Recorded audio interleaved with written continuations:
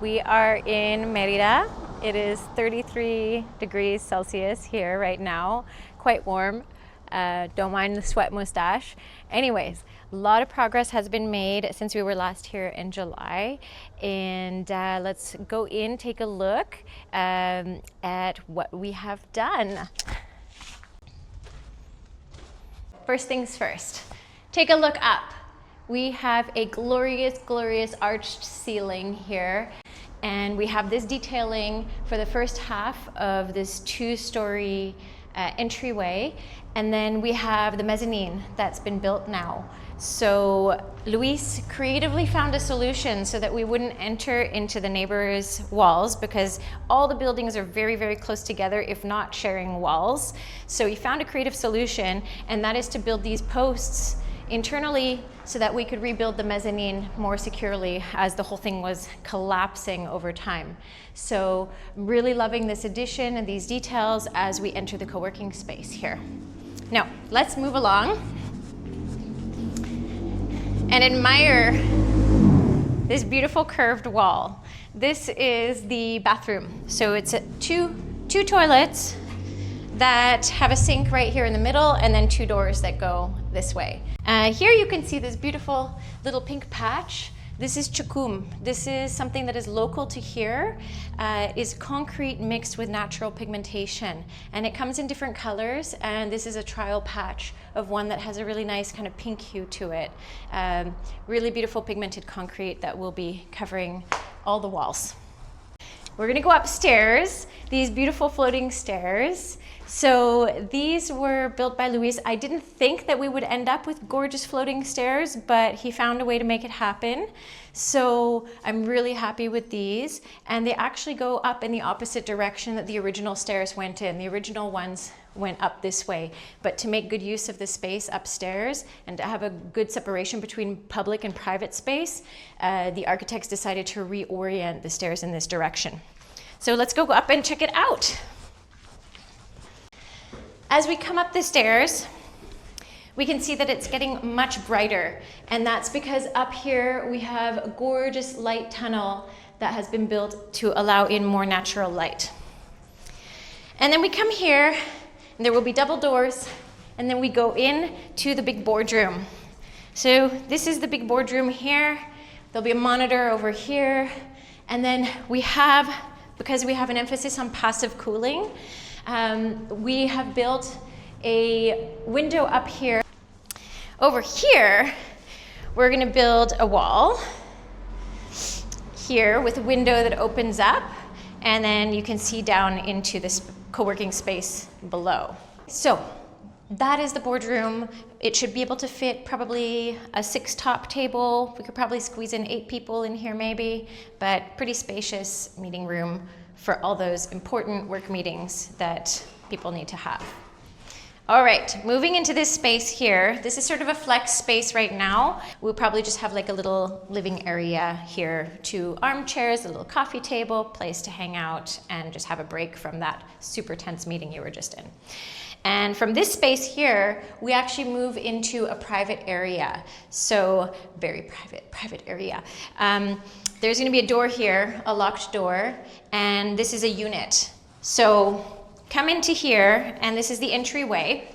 And what I love about this entryway is that there's gonna be frosted glass coming all the way up here, so that allows that light tunnel that's on the stairs to shine light, natural light, into this area.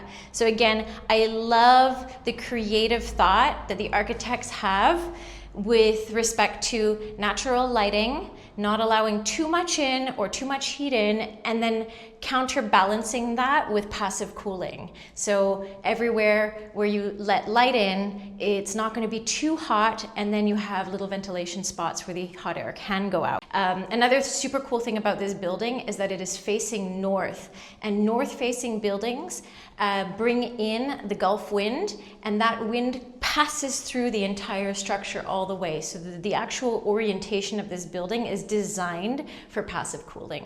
So anyway, back to this private area.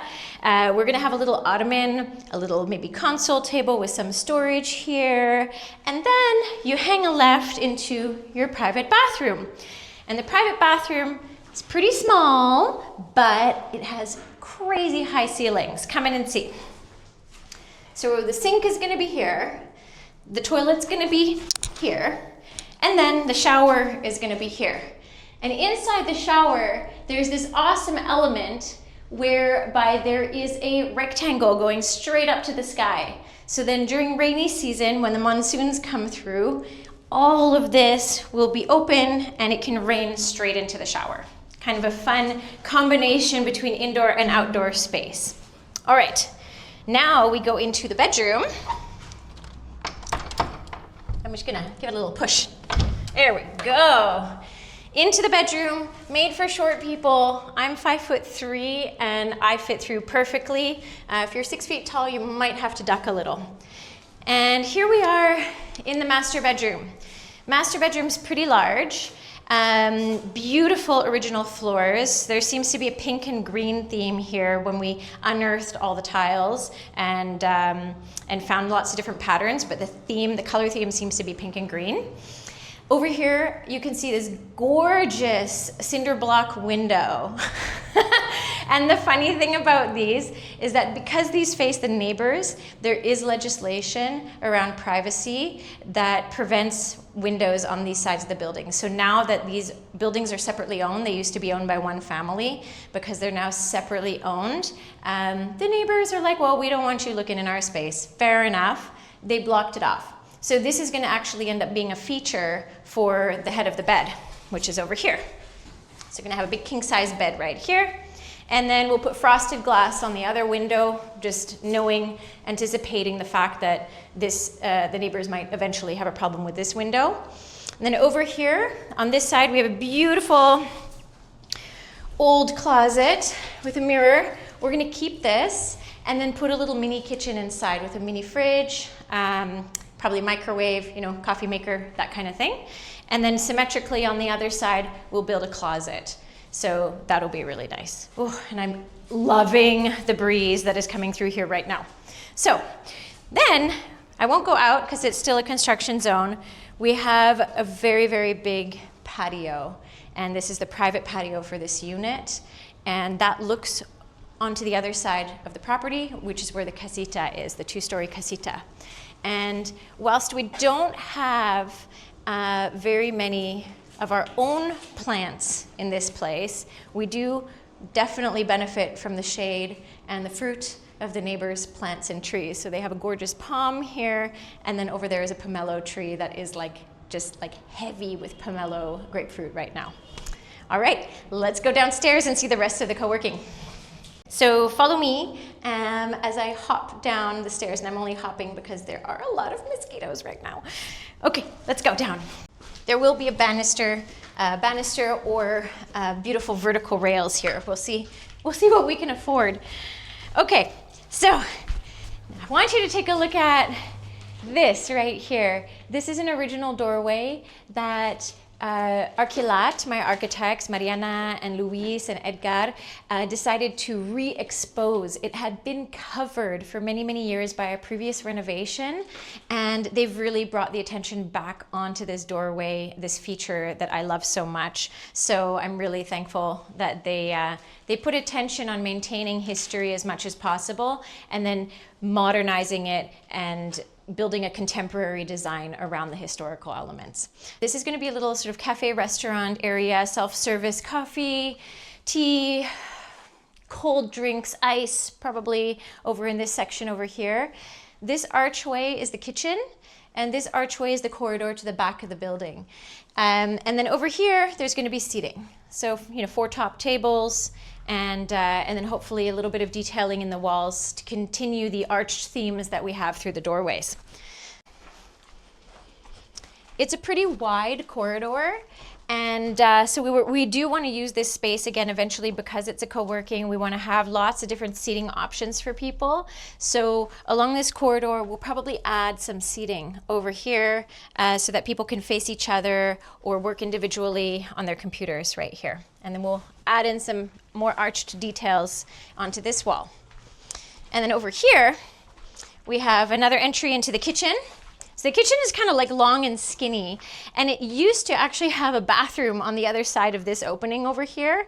We've knocked that out. And just mind you, when I say we, I don't mean me. I mean I did nothing, and my architects, my engineer, Mariana, Luis, all the builders, they're the ones obviously who've done everything. I'm just claiming the credit for it. Anyway, so we took out the bathroom and it turned this into a nice window. There's going to be a sink here, a little bar on the other side so you could sit with your cocktail and talk to whoever is cooking in the kitchen. The fridge is going to go here. The stove is going to go over there with ventilation and extraction fan going out that way, probably up and out so that we don't disturb the neighbors. I love this little window that was built, and this is so that we can quickly pass. If there's food or orders that need to be passed out, we can do that quickly and also just interact with people more. So have the space be a little bit more open and welcoming.